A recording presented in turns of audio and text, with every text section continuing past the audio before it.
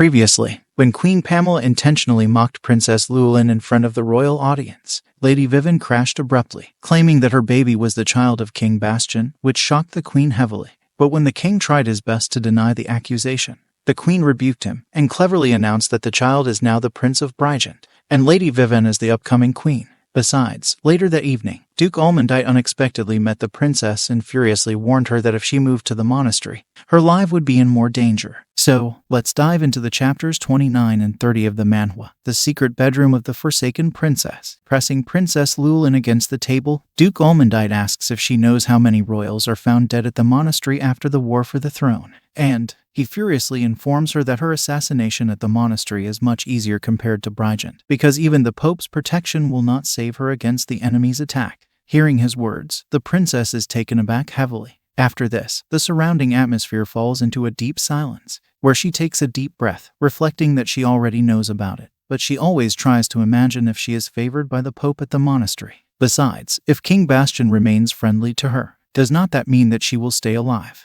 However, she tightens her grip on the table, pondering that she might be delusional because she does not know if the Pope will notice her sincerity. Plus, she does not even know when her murder attempts will stop. And, if the Pope fails or relinquishes his authority, she will surely be in danger. Still, the monastery is far better than staying here in Brigent due to her slightest chance in saving her life. Noting her lost in deep thoughts, the Duke angrily asks why she is insisting so much despite knowing how much Queen Pamela hates her. To this, she annoyingly questions what he knows about her. And, as she attempts to sprint outside the room to avoid his questions, the Duke swiftly grabs her hand, stating that running away does not change anything.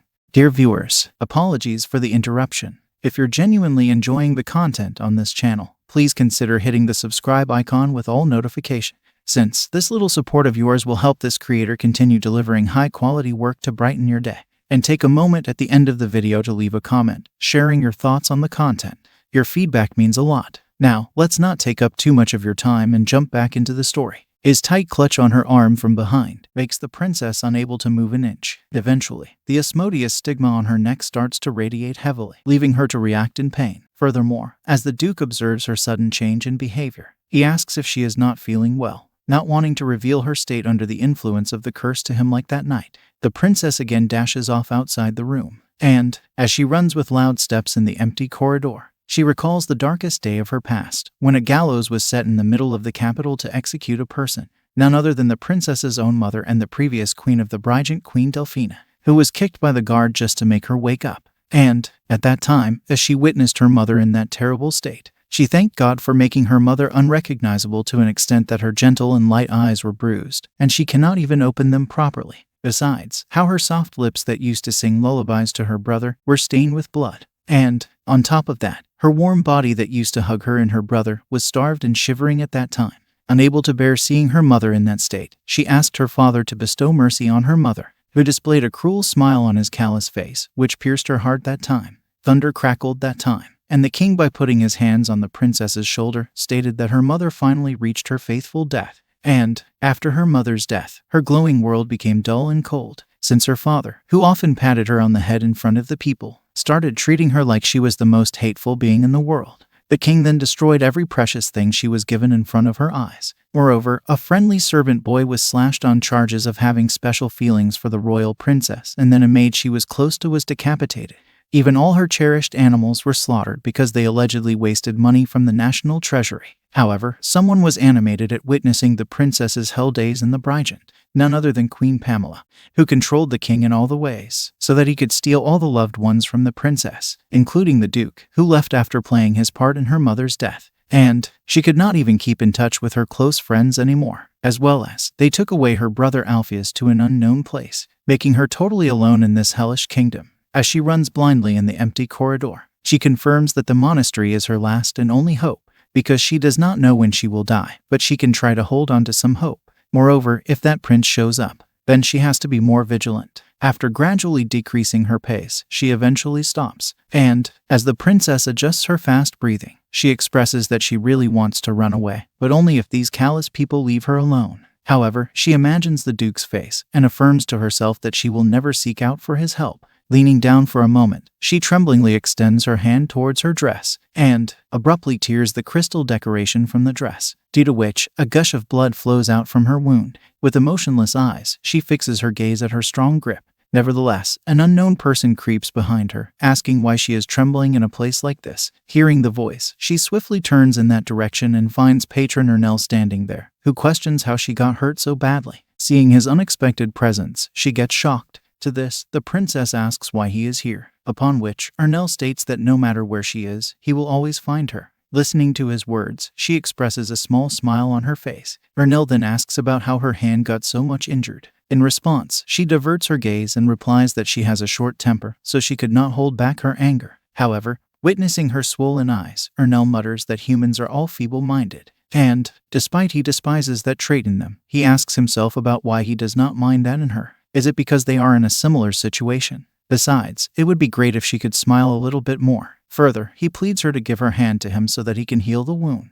But when she slides her hand above him, she becomes perplexed at witnessing that he is licking her blood by his tongue. Feeling embarrassed, she shouts at him, asking what this is, at which Ernell responds that he is using his holy powers right now, and nothing else. As he leans his mouth even closer to her hand, the princess blushes even more. Observing his actions, she wonders how can a priest would do something as immoral as this. However, she asks herself when he does something like this, why does not it feel out of place? Eventually, the wound on her hand starts to disappear completely, and Ernell states that she is all healed now, and he did his best to prevent the holy power from reaching her stigma. Plus, when he gently wipes her hand with a cloth, she blushingly orders him to never do this kind of thing outside ever, upon which he cleverly states that then, as long as they are not outside, he is allowed to do things like this, which prompts her to get embarrassed heavily, resulting in trembling visibly. Furthermore, by pointing the piercing gazes on the scar on her cheek, he questions about how she got it. Swiftly hiding it with her hand, she speaks that she just hurt herself when she was putting on her dress. She then considers that even if he is concerned about her, she cannot be honest with him because he is also a stranger to her, who would not stay with her forever. In an instant, Ernell declares that he is a bit disappointed,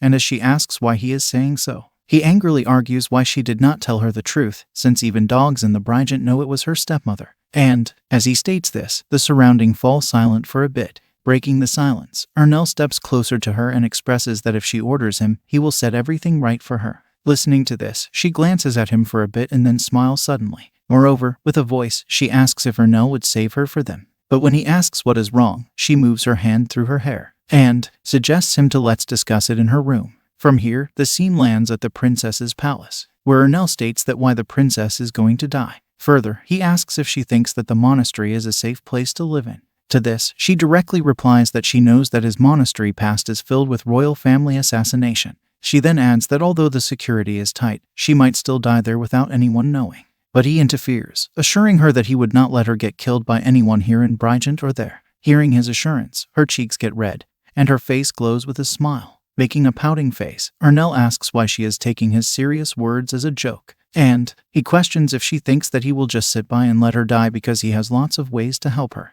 For example, he can use himself as a stand-in between her and the enemy. Noting his chilling expression, she inquires if does not that mean instead of her, he will be in danger. Keeping his silence for a bit, he then smiles, adding that becoming a stand-in is not that shameless act something a human would never do. Plus, by swiftly changing the topic, he reveals that there are many ways he can save her because he could even sneak her out of the monastery if needed. By displaying a gentle smile, Arnell reassures the princess that he will help her every time she is struggling. Radiating a bright blush, the princess reflects that she somehow feels relieved by Arnell's words, comparing the harsh words of the Duke. However, she abruptly points a sharp glare at him, asking why his healing method is so weird, at which he shudders heavily. After this, the princess and Arnell sit on the sofa for a while, conveying each other their good memories of the past with loving smiles on their faces. Moreover, when he radiates a pleasant smile, the princess casually states that he looks the prettiest when he smiles, which flinches him for a bit. But when she bursts into laughter, adding that she genuinely means it,